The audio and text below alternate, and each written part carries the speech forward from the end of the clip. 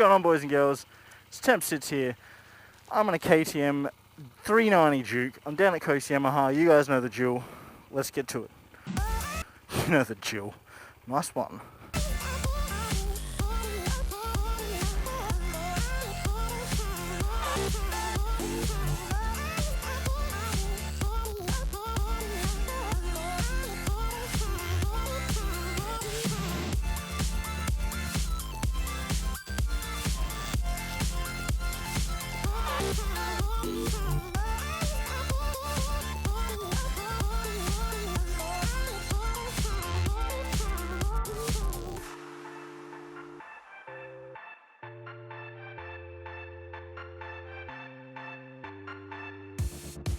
Now we won't go back home today, until the very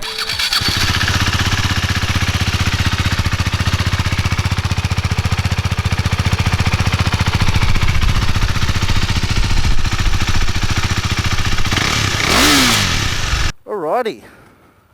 KTM Duke 390. Now, just before we get started, we've got a couple of little pointer-roonies for you guys. I am a 200 centimeter tall man.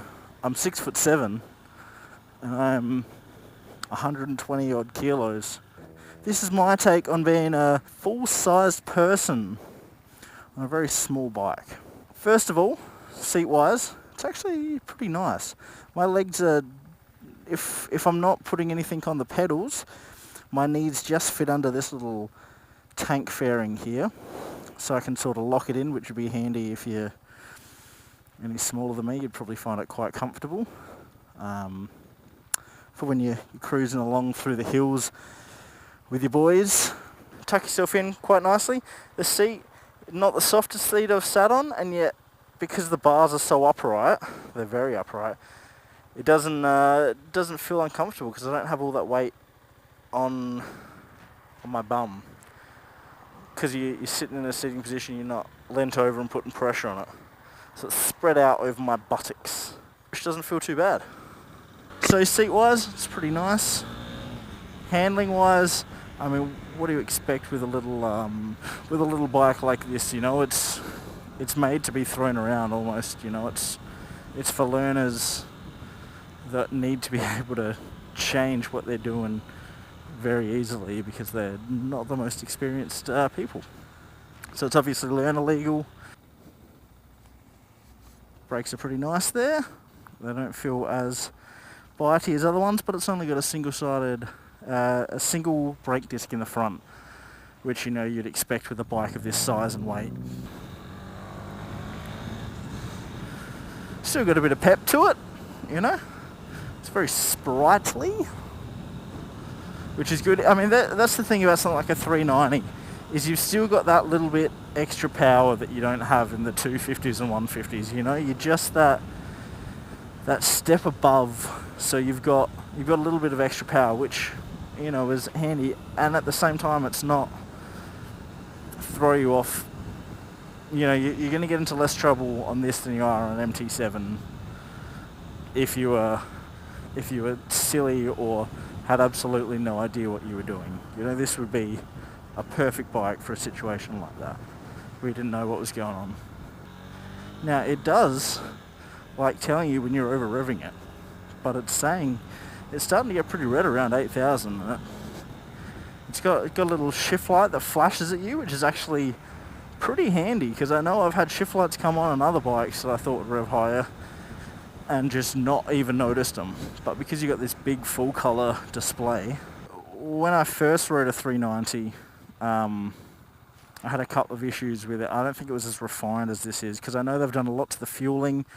They've played with the engines a bit. They've changed the suspension, and then you've got this whole electronic system that's completely different. Fucking hell.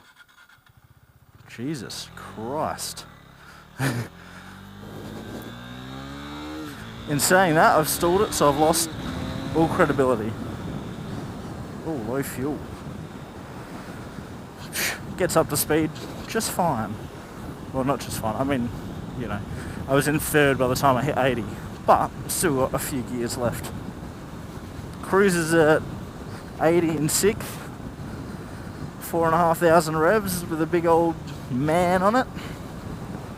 So if you're smaller than me, you're not going to have an issue with speeds. Wind it out a bit, gets to 100 easily enough, in 100 zone I'd assume. So you're not going to run into the same 250 problems of not being able to reach higher speeds and not sitting in them comfortably. You know, you had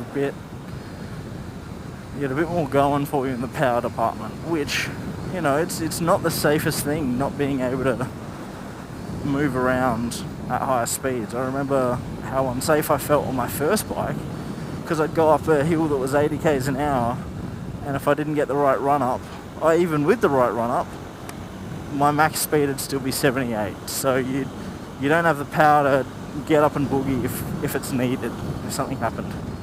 So it's appreciated.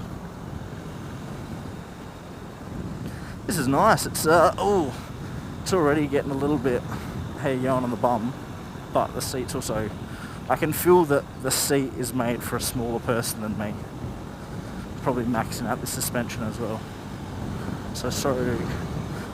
Once again, shout out to the boys at Coast Yamaha for letting me ride their bikes. This is a very capable, learner legal bike. You know, it's definitely not a cheap bike, but I've got a mate, he's got one of the older ones. So before they came out with the sick headlight, which is super bright by the way, the sick headlight and the cool dash, and he loves it. He thinks it's an amazing bike, and he's, you know, 6'6". He's a little bit small. Actually, no, he'd probably be similar weight to me, but he loves it. He thinks it's great, and he dailies it and has no complaints. And I was probably one of his biggest naysayers when he got it. I said, nah, it's too small, you're going to get sick of it, but fuck, that bird had a suicide wish. He gets around it, so obviously he can do it. It'd probably be a great thing fuel-wise to scoot around on a bike like this, because you don't need money. Especially if you live somewhere that was heavy traffic-wise, a bike like this would be absolutely incredible to ride. You know? Because, like, the CB, right, still better than super sports or cruisers, is an absolute pain in the buttocks to filter on, because it's so big and heavy. Oh, it's not a pain, but I deal with it. I'm also huge. If you're a small person, you struggle. Anyway, this bike would be incredible. I am a little bit jealous of people that ride these for their ability to filter, because you just boop, boop, boop, boop. You can just pop on through.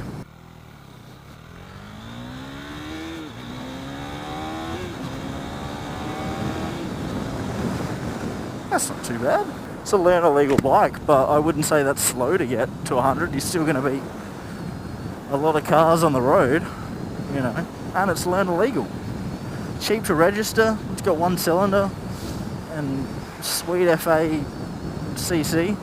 If I lived in town, this would be the sort of bike that I would want to have. If I had to go into town every day for work, I think something like this that is relatively inexpensive, light maneuverable, cheap to run and register, would be ideal. And then you could still take it through the hills on the weekends and have fun within the confines of the law. I think you may start running into trouble if you wanted to compete at track days and all that, but, you know, like, it's not a track bike. It never claimed to be a track bike, as much as they say ready to race. Yeah, it's so light. And then handling as well, like it just doesn't feel as similar to the MT-07 in that because they're so light, it gives you so much more confidence in your ability. It doesn't feel like it's a big super serious bike that needs a big super serious rider.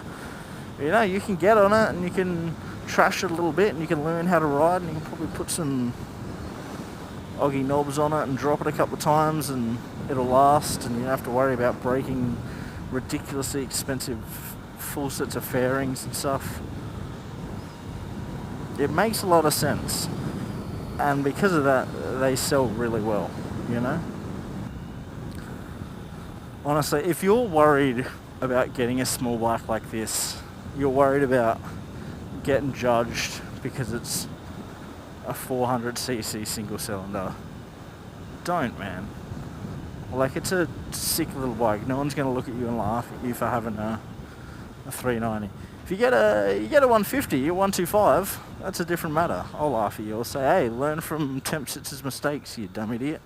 But look, you could go and have a lot of fun on this. You could probably go learn how to pop little wheelies, which would actually be handy for me to do.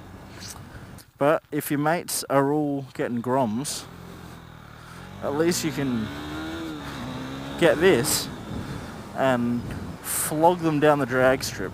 Just absolutely cane them. Be like, suck it, nerds, with your Groms. This bike weighs 10 kilos more than you, but it's a full-size bike. And I can go faster than you. Haha. I mean, Groms are cool. Let's not lie. But if you're looking at something similar to a Grom, but you didn't want to run into the same speed-related issues, you can go one of these. If you're a pretty small dude, pretty small chick, you're worried about bikes being heavy, not being able to touch the ground, something like this is perfect, you know? It's a great little bike. Just remember, it is a little bike. And it comes with it comes with the pros of being a little bike, but also the cons of being a little bike. So, you know, think about that. Probably wouldn't want to tour the country on one of these, but then again, you look at Dave's point of view and he can tour around Australia on a Grom, so anything's possible. In summary, handy little bike. It's not quite as big or powerful as the MT-07, but it also costs less and weighs less. So if either of those things are more important to you, then look into it. If you don't want to spend quite the amount of money on an MT-07, or it's a bit too heavy, get one of these bad boys. Alright, that's me out. See you guys and girls on the next one. Peace. Tempted out.